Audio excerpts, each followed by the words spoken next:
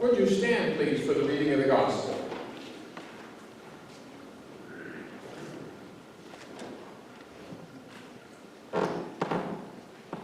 Jesus put before the crowds another parable.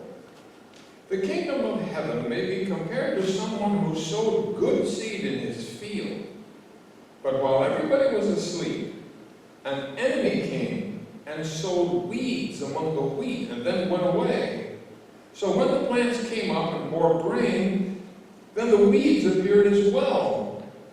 And the slaves of the householder came to him and said, Master, did you not sow good seed in your field? Where then did these weeds come from? He answered, An enemy has done this. The slave said to him, Then do you want us to go and gather them? But he replied, No. For in gathering the weeds, you would uproot the wheat along with them. Let both of them grow together until the harvest. And at harvest time, I will tell the reapers, collect the weeds first, and bind them in bundles to be burned. But gather the wheat into my barn. This is the gospel of our Lord. Praise to you, Lord Christ. Thank you. You may be seated.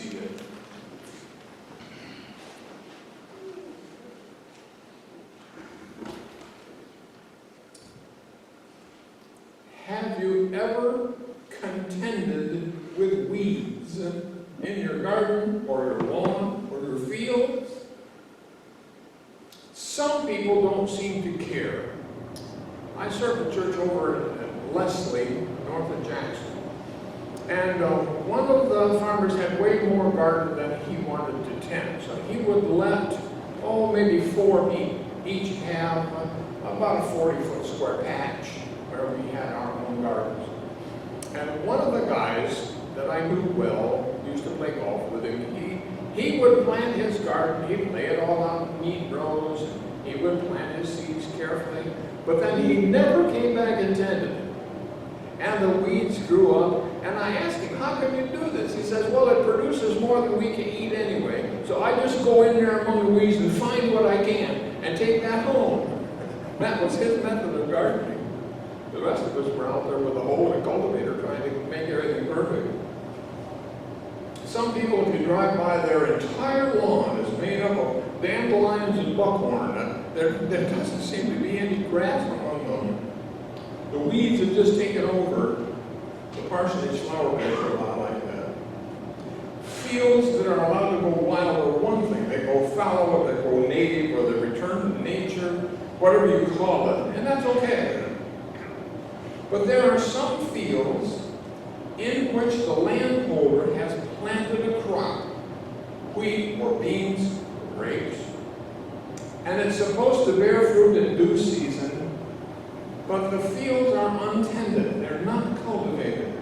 No one hoes those rows, no one pulls the weeds. It's very hard to tell the crop from the weeds, and it's sad to drive by and witness. My mother grew up poor. She was one of 7 children. Her father loaded feed sacks onto boxcars for Valley City Milling Company and got $1 a day for carrying 100-pound sacks. So the girls would look for something to do to make some money. And where I grew up outside of Lansing in Portland, there's a bunch of bottomland along the river. And the kids from the town of Sibwell, we used to make fun of them. We called them swamp angels, and they always smelled like onions because they grew field after field after field of onions. And my mother and her sisters would get a job, probably for pennies, this is back in the 30s, going down the rows of onions and pulling the weeds and leaving the onions. Weeding onions was their job. And my mother hated it. She said she was only able to do it for 2 or 3 weeks, and she quit, never go back. It was bend over, back-breaking work that lasted from sunrise to sundown for very little money. But if the fields are allowed to go wild, you aren't going to get many onions, and it's going to be hard to find them. There are some fields in which the landowner just doesn't seem to care. That's not the situation in the parable Jesus is talking about today. He's talking about wheat and weeds. all of our lives are a mixture of good crop and weeds. And we're trying to grow and harvest a good crop to be productive and helpful. But the weeds in our life keep getting in the way. Today we want to look at lies we believe about ourselves. The lies we believe are the weeds in our lives. Prevent a harvest from happening. They are dangerous thoughts, and I really think some of them come from the evil one, like the evil enemies who sowed weeds among the wheat. I'm going to look at just a few of them. I think I have 5 of them today. And they're all dangerous, and they all will affect you spiritually as well as physically. The first one is this one. It's not okay to be human and to make mistakes. We spend our whole life trying not to make mistakes and then beating ourselves up when we do. Dr. David Burns is a noted psychiatrist and an expert on perfectionism, writes this: I do not mean the healthy pursuit of excellence, striving to meet high standards. The perfectionism I am talking about are those whose standards are beyond reach and reason, people who strain compulsively and unremittingly toward impossible goals, who measure their own worth entirely in terms of productivity and accomplishment. If you know anything about what the Bible teaches at all, it teaches us that we are all sinners, we all make mistakes. There are times when we are not perfect, and we never will be perfect. That's part of the reason why we start every service with a prayer of confession, except when we have a Thanksgiving for baptism, which is once in a while. But we need to confess our sins. Start where you are. An imperfect human being who makes lots of mistakes and who needs forgiveness and the grace of God along the way to correct those mistakes is a healthy person. And the mistakes we can correct, we do. Other than that, we get on with life as best we can. My wife's mother was a perfectionist, and her house was always a mess. Because when she cleaned a room, it had to be perfect. Every speck of dust, every doily, everything had to be perfect in that room. And since she could never get it perfect, she was frustrated at even beginning the task. Perfectionism it is a diagnosable and recognized disorder of psychological studies. Don't be a perfectionist. Do the best you can. Apologize when you need to, and get on with your life. The second line, which is close to it, is my worth is determined by how well I perform.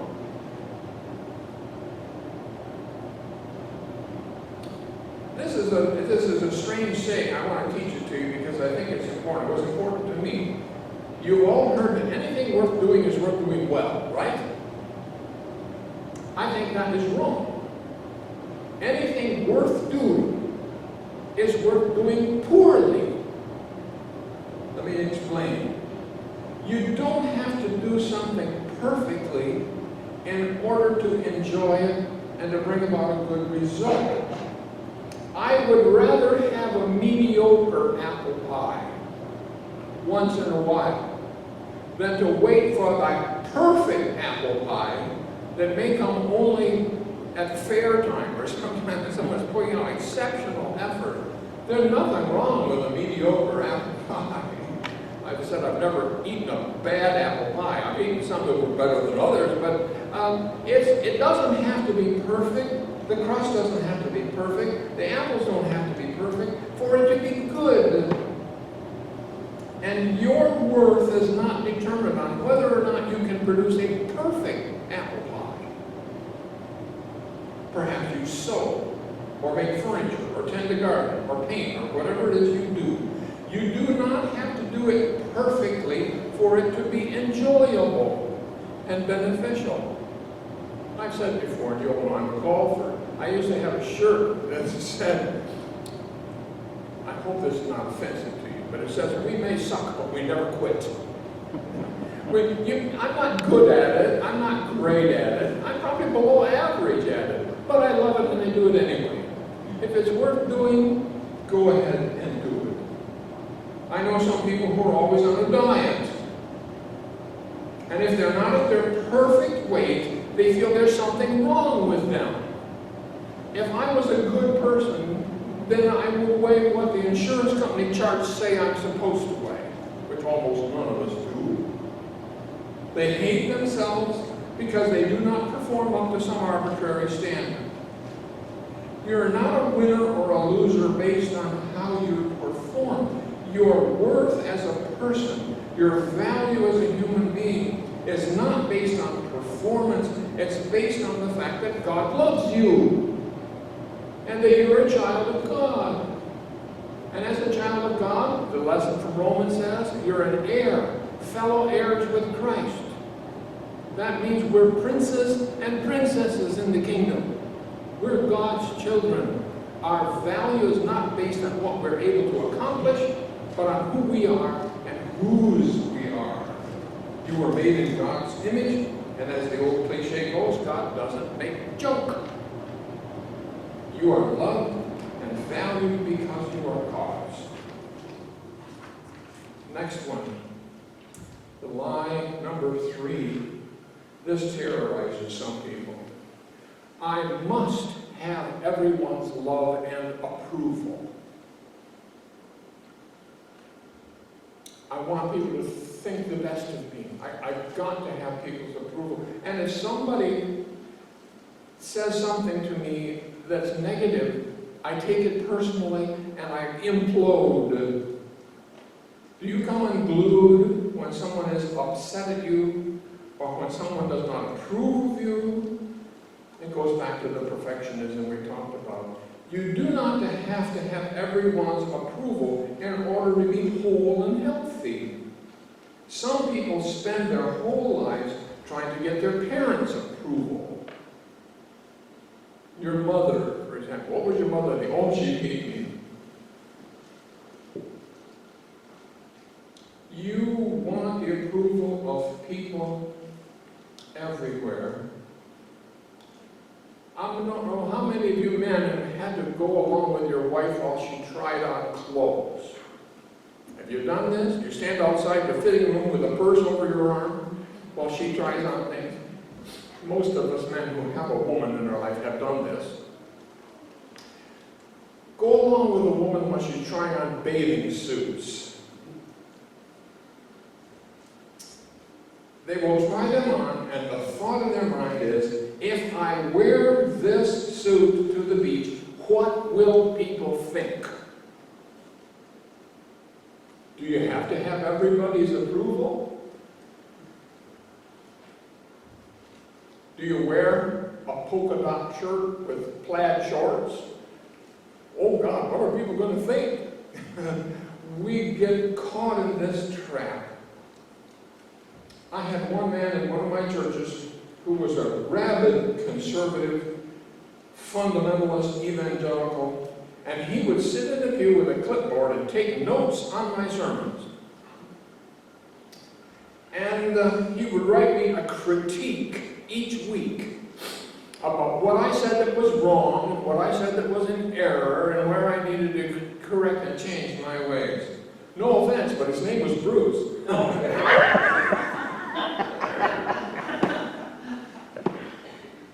I've forgiven him, but I haven't forgotten him. This is something a pastor doesn't simply wipe away. I hope you approve of my sermons, but I will not live and die over 1 and 2 people who take exception to something I say. I do not need everyone's approval. I am confident in my ability. I try to do my best, and I hope you approve, and that's okay. But I do not preach to please 1 or 2 people, or to placate 1 or 2 people. I try to please God and serve God's people. That's my goal, not to make everybody happy. What does it profit you to gain the whole world, Jesus said, and to lose your integrity in the process? Absolutely nothing. You will never please everyone. Never could, never will. Fourth lie that all of us have fallen into it, and I know you and I know me.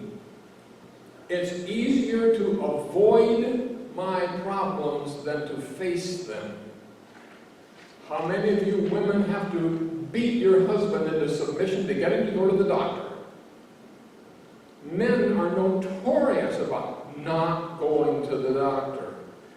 I would rather avoid my problem than face it. There are some people who prefer to avoid problems their whole life, hoping they will just go away, or that someone else will solve the problem for them. Problems don't go away. They usually get worse when we're unwilling to tackle them head on. Scott Peck, M. Scott Peck, some of you know his name. He wrote a great book called The Road Less Traveled. This is a paragraph from that book.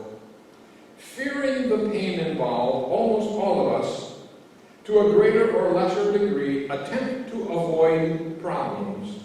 We procrastinate, hoping they will go away. We ignore them, forget them, pretend they do not exist. We attempt to get out of them rather than to suffer through them.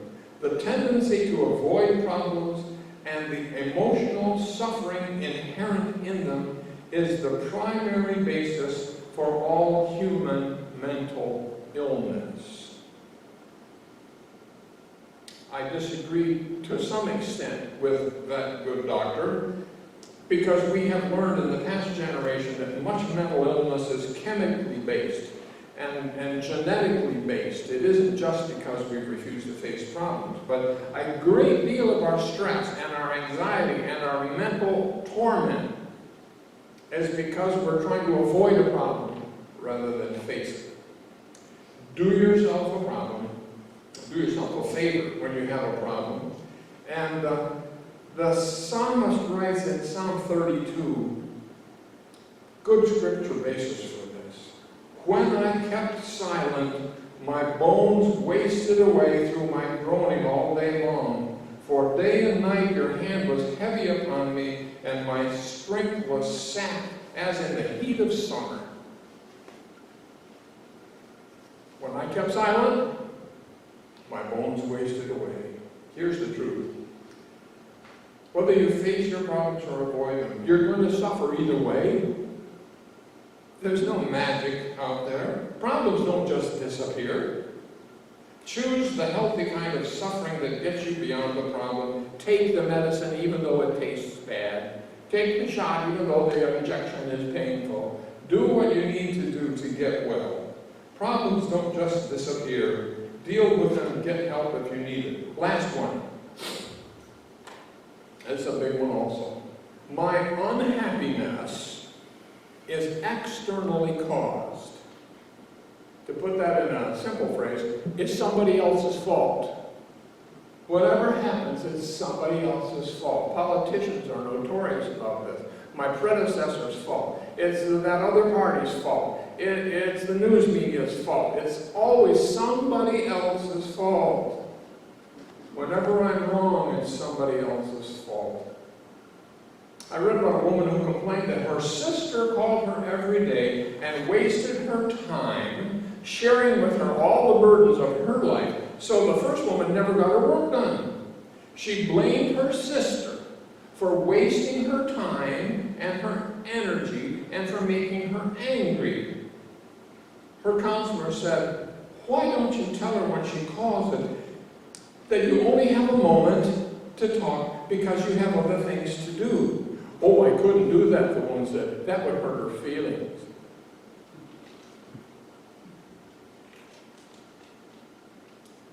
We do have strong reactions to the things other people do. Other people trigger feelings in us. Someone says, "You make me so angry." You can't make me angry. You can trigger anger in me, but the anger comes out of me. You cannot make me angry. You can simply trigger the anger that's already there, or help it to surface. Human happiness is a disposition of our mind, not a condition of our circumstances. Blaming others for your feelings is a sure prescription of becoming bitter and resentful. You make yourself out to be a victim, but it's your choice. Your circumstances are not the deciding factor in how you respond. It's your inner attitude that determines what you think and how you act. Bad experiences have taught us that everything in life can be taken away from us, but we have the freedom to choose the mindset we carry into our circumstances. Some of the people who have built my faith and who have ministered to me in the healthiest way were people who were going through very difficult times. People who were old and sick, people who were dying of cancer, people who had, for no fault of their own, gone through financial ruin. But in the midst of that, they were able to say, I know it's a bad situation, but I'm making the best of it, and I'm going to believe in God and move on from here. No one can simply snap their fingers and make a lifetime of experience go away. We're resistant to change. Change takes time, and it takes effort, because our old ways of thinking do not go away instantly. Even if you know it's a lie, it still haunts you. The lies you believe can be overcome if you're aware of them and what they are, and listen to God's voice and learn to live the good life God intended. When the harvest comes, we'll harvest the seed we have sown, and we'll separate the weeds from the grain, and we'll gather the grain into our barns and rejoice that God has given us a harvest. In the meantime, we can live a victorious life as God intended if we get our head on straight and listen to the truth of God and not the lies of the evil one and the world. Pray with me. Gracious God, we thank you for the blessings of truth, for the good news you have given to us. Make it a part of our thinking every day, and we'll give you thanks and praise through Christ our Lord. Amen.